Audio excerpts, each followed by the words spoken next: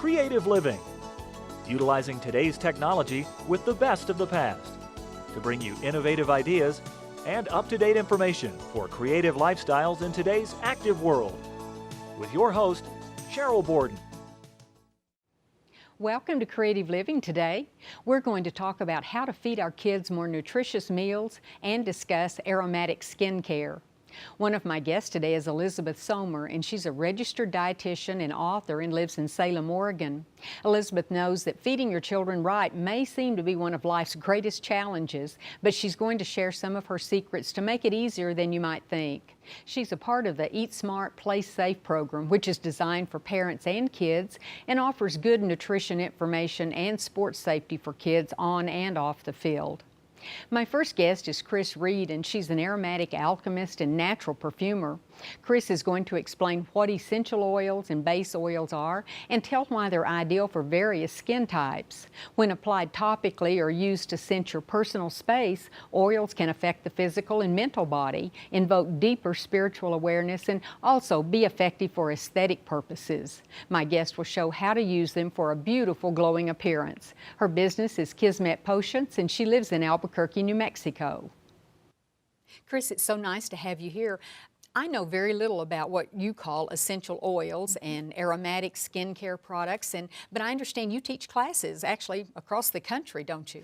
I do, hoping to be across the world sometime soon. I've been teaching classes for about 15 years. I started in the business about 18 years ago, and at that time nobody knew what aromatherapy was, and so it was kind of as a result of that that I needed to start teaching classes. So I just made sure everything smelled really good that I made, and then they'd get the benefit of aromatherapy anyway. And aromatherapy's been used for tens of thousands of years, if not longer, and really they're the extracts of fruits and flowers and seeds and plants and barks and all sorts of different plants in nature. Not every plant has an essential oil. The easiest one to talk about is an orange, for example. If you ever cook with either oranges or lemons and you take some of the lemon zest, if you feel it afterwards, it's kind of oily. It's oily. That's the essential oil. That's where that comes from. That's where it comes from. But then there's certain things like lavender, for example, or rosemary. They are actually harvested or cultivated crops, and so they are steam distilled. So that comes from the plant itself? From the plant blossom? itself, exactly. From the blossom. Some of them have the leaves in it, like there's something called petit grain, which we'll talk about. And petit grain is actually the leaves of the orange tree. So, and there's one we'll talk about a little bit later called Petit Grain Souffleur, and so that actually has the neroli or orange blossom flowers and then the leaves as well. So it's a combination. It's a combination. There's not very many of those. So aromatic skincare started many years ago for me because I had very bad acne when I was in high school, and so when I was 18 I thought I'm going to really devote myself to skincare. So it's one of my specialties. I love it. And when I moved to New Mexico 6 years ago, what I found is that everything started flaking. My hair was turning dry, my face, my whole body. So I developed a formula similar to this that had all very moisturizing oils and for what we like to call mature skin. And mature skin can be anybody that's been out in the sun. So even if you're a teenager, you can have mature skin. And so you were talking about how dry it is here, but actually there are essential oil combinations that work for people anywhere. And you know, this does, because even in places that are humid during the summer, during the winter, they're dry as well. So this is particularly for, I would say, any skin type. Maybe not really oily skin, but I would say mature, dry, sensitive, normal skin. And I use this on my hair and my face and my body. So I use it twice a day on my facial skin. I like to use rose water, so I spray a little rose water, and then of course you lift up from the décolleté and go like that. And then I use it on my hair usually once or twice a week because I found my hair was getting really dry. And one of the ways I like to use it the most is put a hot towel that is wet, except for the ends, in a microwave for about 3 minutes. After you put this on, you put it all over your hair, and then it's like a hot oil treatment. But you have to leave the ends dry because otherwise it'll be burning hot on your hands when you take it out of the microwave. So, so you have to do that. Through experience, I can exactly, tell. I did. Well, let's go ahead and see how you would actually make a potion. Okay, so this potion is, like I said, for dry, mature skin. This one is carrot, which is really interesting. And I'm going to put a little bit on the blotter stick for you just to smell the carrot separately, which is kind of interesting. And it doesn't really smell like carrot per se. It's from the seed of the carrot, so it's a little bit interesting. And then the coffee beans are, when you're doing a number of different oils, it helps you cleanses your palate like a sorbet between courses. And carrot is extremely moisturizing. It's said to be anti-cancer. It's got a lot of vitamin C in it. Very good for scarring. It's just one of the best oils that you can use in skincare. Now this one is sandalwood. And you'll see that comes out very thick. That actually is, I'll tell you what each one, isn't it? Yeah, I'll tell you what each one comes from. So the carrot that we just talked about comes from the seed, and the sandalwood actually comes from the bark. Oh. And so this one I'm putting 7 drops in. Mm-hmm. So this combination, once you get all of these mixed, I mean, there's nothing else. There's not a mixer ingredient in it. These are I'm all, sorry. Yes, there is. There will be? Mm-hmm, yeah, it's jojoba oil and rosehip seed oil. Oh, okay. So jojoba is good because it's a liquid wax and it doesn't go rancid, and it's the same pH as your skin. So it's one of the preferred bases, and it's also it's a liquid wax, and so it doesn't go rancid. So that's the sandalwood. So we put in the drops of sandalwood on there. And so sandalwood's very nice. It has a light kind of... It's sort of clean smelling. Yeah, it's nice and clean. It's got a tiny bit of musk to it. And so there's the frankincense, and that's the next ingredient. We'll put a couple of drops in there. I think 3 drops in there. Now that I would term sort of more medicinal. It is somewhat medicinal. And one of my favorite aromatherapy stories is about frankincense, and it's grown on bushes in the Middle East. And if you've ever been in an Orthodox church or a church that still uses incense, that's the incense they use. So the things that they go around like that and the smoke comes out, well, actually what frankincense does on a physical level, it helps lower your rate of breath. Oh. It slows down your breathing, it calms you. And so one of the reasons throughout history that they've used frankincense in churches is to actually put you in a more contemplative, meditative state of mind, and maybe to see God, or I mean, open your mind. Open your mind, exactly. So this next one, and frankincense, very good for, like I said, mature skin, wrinkles, sun damage, scarring. Most of the oils in here are very, very good for that. Now this is a really interesting one, and that's Peru balsam. And it has, as you'll see, a nice vanilla sort of scent. That's what it smells like. Yeah, and so all the balsamic scents, and this is another pretty thick one here. So we're using 5. And those we're using 5 drops. And is it just through experimentation that you found out you need 5 of this, 3 of that, 1 of this? Well, one of the things I developed on my own after, like I said, I've been doing this for 20 years. I've had my business, Kismet Potions, for 17 years. And I trained as an aromatherapist, but also as a perfumer as well. And so sometimes they have a little air stuck in there, so I was only getting 1 little drop. There we go. There it goes. Okay, so 5 of that. So again, this one, very, very good for dry skin, mature skin. Now, here is one of my all-time favorite oils. This is rose, and I do have a little bit of that on there. We're going to do 5 drops of the rose. It smells like roses. Yeah, and rose is one of the most precious oils in the world. And have you ever felt a rose petal? I'm sure you have, yeah. And so the rose petals they feel velvety. They feel very soft. And they're very... So is that the quality that it brings to the potion? It does. It does. Softness. Softness, smoothness. Also very good for scarring. And of course, it smells divine. Yeah. So that's another good reason. But again, good for mature skin, dry skin, all the different things. So could this be put in your bath water? Okay, here, thank you. That is an excellent question. Okay, one of the reasons that I love to put it in bath water is because it's so moisturizing. However, what happens is because it's an oil, it just lays on the top of the tub. So I would recommend putting it all over your body before you get in, except for your feet, because then it'll get too slippery. Yeah, don't have an accident. So now this is lavender, and we're going to put 6 drops of that. And to go back to what you were saying about how to know how many drops to put in of each, it is totally trial and error, very much experimentation. And this in particular, this one, like I said, I developed, because I needed to. But when I trained as an aromatherapist and a perfumer, there was a lot of blending classes that I took, and now I teach blending classes. I teach the skincare classes. But one of the things I came up with was odor intensity. And so you can just tell, like, the lavender is actually a top note. Or actually, I'm sorry, it's a middle note. And so it's a middle note, so it's got kind of a medium odor intensity. That doesn't always fly with every single one, but some of the really strong ones like carrot and frankincense, you see I put 3 drops of frankincense and 3 drops of carrot. They're the high notes? No, actually, those are the base notes. Oh, those are the base notes. And so I'm going to put a lot less of those in there because they're so intense. The sandalwood, however, I mean, smell the sandalwood and then smell the carrot. We put 3 of the carrot and 7 of the sandalwood. And so you can tell how much softer the sandalwood is. And so that's how you do it too. And I tell people when they blend in my blending classes over and over and over again, 1 drop at a time. Just try it. So just try it. You can't take it out. You can always add more. Thank you. That's exactly what I say. You should teach my classes. I'll take one. So now doesn't that have a nice, very light sort of smell? I mean, it's not too overwhelming. And it's going to dissipate fairly rapidly when you put it on your skin, but it's just a beautiful one to use, and it's really great for cuticles. I bet for cuticles. And so you can, of course, like I say, you always start up here because this area needs it as well, and I even go back into the neck and then use for the hair and body, and in this climate I use it every day with also a lotion as well. I feel that so you can't really overuse it. It's just sort of a luxury, though. It is very luxurious, but it's so easy to make at home.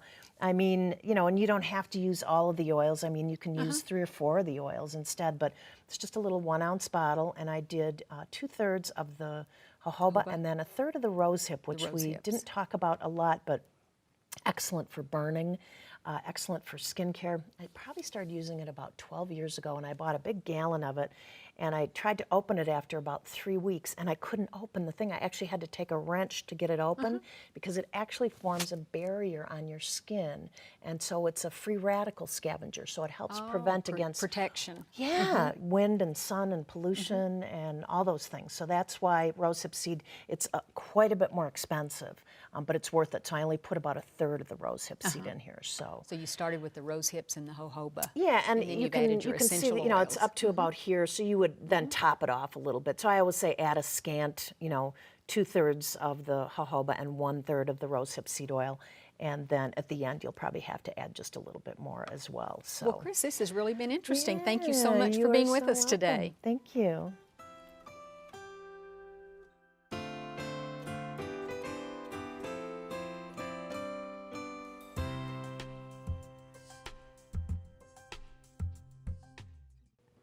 Elizabeth, thank you so much for being here today. We're going to talk about children and how children don't necessarily eat well, and unfortunately that falls on the role of the parents to provide that. But why is it, though, we have so many obese children now if we as parents are not doing our job right? Well, I don't mean to lay blame here, but until your child is driving, you are the gatekeeper for food coming into the house. And what we know is that children never self-starve themselves.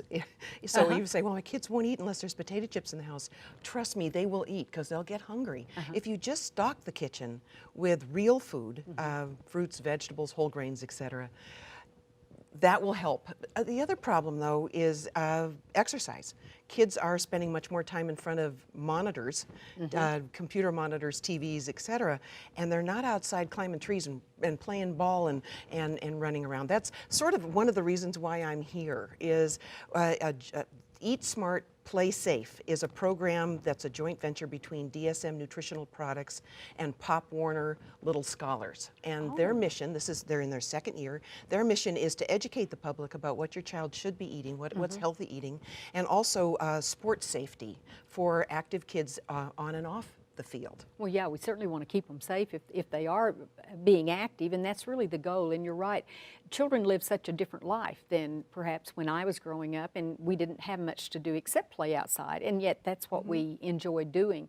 And again, the fact that physical education is not in all schools anymore, I think they're seeing that this needs to be replaced, but there's so many things that are different we need to take advantage, like you say, educate parents, coaches, and the children. That's the only way that they're going to learn to pass it on. Absolutely, and that physical activity is something that needs to start young, and you keep it going throughout your entire life, because we know that people that are vigorously active are the ones that age gracefully, live longer, on fewer medications, maintain their body weight, are at lower risk for disease.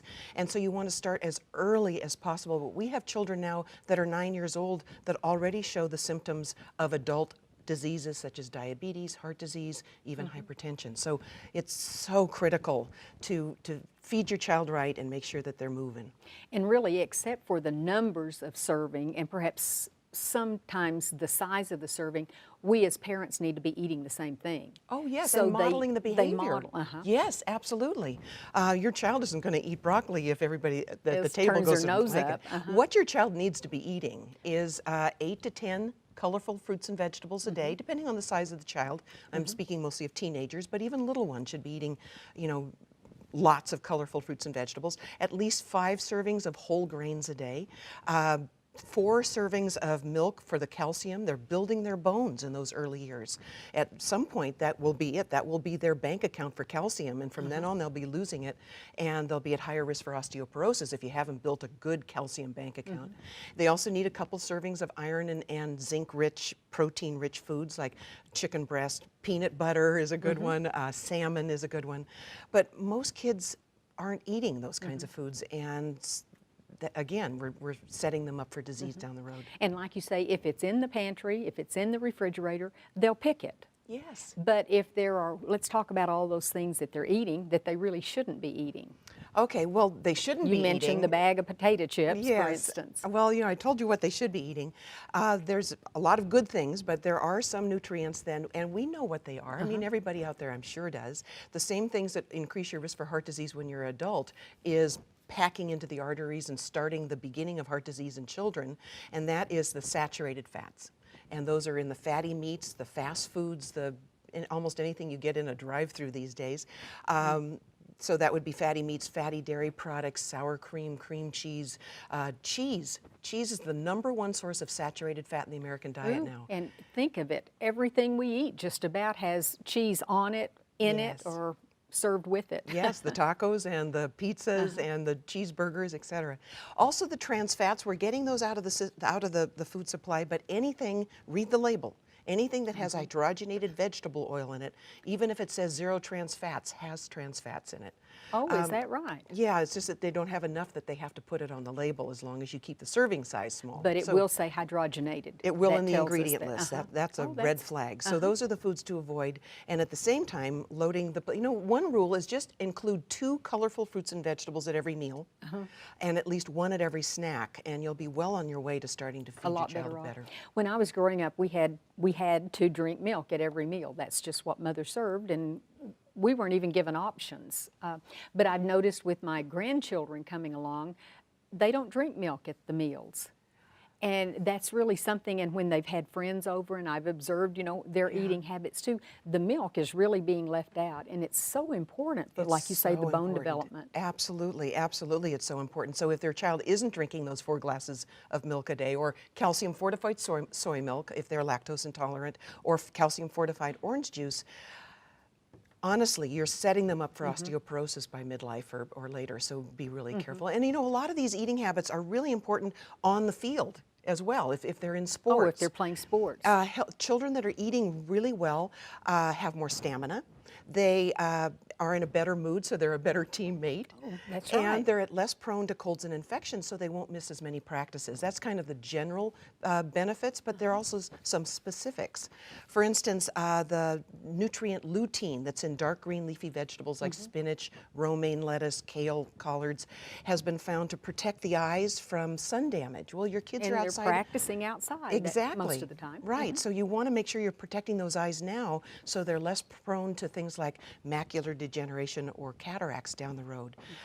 Vitamin C, vitamin E, beta carotene, other antioxidant nutrients are so important for protecting those eyes. So healthy eating is important not only on the field, but off the field as well. And if parents are listening right now, it's not too late for them to start either, because like you say, they need to be role models for the children. we talked about the healthy fats. What are some of the ones other than the hydrogenated and the saturated? What are other things on the label we need to watch out for? Okay, well, healthy fats are important, where the saturated fats and the trans fats, eliminate as much of those as you can, or at least cut way back. But the omega-3 fats, in particular the omega-3 fat DHA, has been found to improve reading scores in children, so school performance, improved behavior in children. Parents report their kids are better behaved when they're getting enough of that omega-3 DHA. And we know that down the road it'll lower their risk for things like heart disease. More interesting, this is very preliminary research, but it looks like kids that have been getting enough DHA in their diets ahead of time, if they do experience a head injury during sports, that they're less likely to suffer the long-term harmful effects of that concussion later on. Oh, that's so important. Very Recuperate important. faster, probably, too. And since they need it for their hearts anyway, it may be also protecting their brains from some kind of damage. So there are 3 omega-3s. They're not all created equal. The omega-3 ALA that's in flaxseed, walnuts, soy, and vegetable products won't do anything for your brain. It's ALA. So you want the DHA. It's in lots of products. It'll say Life's DHA on the label, or salmon. You know, if you can get your kids to eat salmon. It's in Horizon milk. It's in some soy milks. It's in Mission Life Balanced tortillas, Rinaldi spaghetti sauces, several different products. Just look for that Life's DHA on the label, and your kids need at least 200 milligrams a day of that omega-3. Okay, that's interesting that you point that out. I thought if it said omega-3, I would have bought it, just thinking that it's good for me. Yes, and you've got really better be careful with foods, because there's certain egg products, for instance, that say omega-3s on it, but it's the ALA, and that's not going to do your kids anywhere near the benefit that the DHA will do. Well, it's important for us to read labels, whether we're buying vegetables or whatever. And speaking of that, I know that the fresh is better for you, but if you live in an area maybe where you don't have fresh vegetables available as often maybe as you need it, what about the canned and frozen? You know, actually sometimes frozen is even more nutritious than fresh. If the fresh has been sitting out at the grocery store for days and days, you bring it home, you stuff it in the vegetable bin and don't get around to eating it. Things like spinach and some of those more tender vegetables can end up losing some of their nutritional value. So fresh is best if it's fresh. But if not, then frozen, you know, just don't get the broccoli with cheese sauce. Just get plain frozen vegetables is fine. And then when it comes to canned, it's my least favorite, but if it's all you'll eat, then I'll take vegetables however I can get them. Just make sure that you don't throw out the liquid, because if you do, you'll be throwing out a lot of the nutrients. I remember in classes I took, they said when you drain the liquid off, you might as well throw the rest of it away, because that was the good part that you just threw away. Yeah, throw it into soups or something so that you don't lose it. Well, that's true too. What about supplements? I noticed you have some, looks like some vitamins and things over here. Children should take vitamins as well. Yes, that's the short answer. Okay, yes. Well, because even if you're trying your best and you're getting those 2 fruits and vegetables at every meal, and the whole grains are in there with the whole grain cereals and the breads and whatever, and you're getting all the orange juice and the DHA fortified, let's face it, your kids don't eat perfectly every day. So neither do we. No, neither do we. So on the days when you don't eat perfectly, a moderate dose, broad range multi is a good idea. And we can start children on vitamins very young. Oh yes, I mean, when I went from breast to bottle with my child, in those days, I'm not sure about now, there was no chromium in supplement, in the formulas. So I was putting powdered supplements into my son's, poor guy. And he's probably going to be in counseling when he grows up. But anyway, so yes, earlier the better. You just don't want to overdo it, of course. Just a broad range, moderate dose multi. Well, it's almost hard to think that anyone around doesn't know how important good nutrition, exercise, that sort of thing is. But where could people go for more information? Well, there's a great website called beautiful-minds.com that gives lots of information on how to keep your kids' minds healthy today and down the road. And if you've got questions for me, you can go to my website, elizabethsummer.com. I answer all the questions that come up on that website. Okay, because I'm sure I'll think of some when you leave. Thank you very much for being with us today. My pleasure. I hope you enjoyed the show today. Next time on Creative Living, we'll learn how to make a Bella stash bag and demonstrate meals for vegetarians or anyone who enjoys good, wholesome nutrition. One of my next guests is going to show how to teach children to sew by using a simple bag pattern she created. She'll also show how to make the bag without a pattern. She covers all the basics of sewing in this project. And we'll talk to the co-founder of Freeka Foods, who says that Freeka is the perfect whole grain for vegetarians because it's flavorful and still provides an abundance of nutrients such as protein and fiber that can be difficult to find as a vegetarian. Both of these topics will be featured on the next Creative Living show. If you ever have comments or suggestions or ideas for shows, you can email me at cheryl.borden@enmu.edu. I'd also like to ask you to become a fan of Creative Living on Facebook. Just go to facebook.com and in the search window type in Creative Living with Sheryl Borden. Thanks so much. I hope you'll plan to join me next time for Creative Living.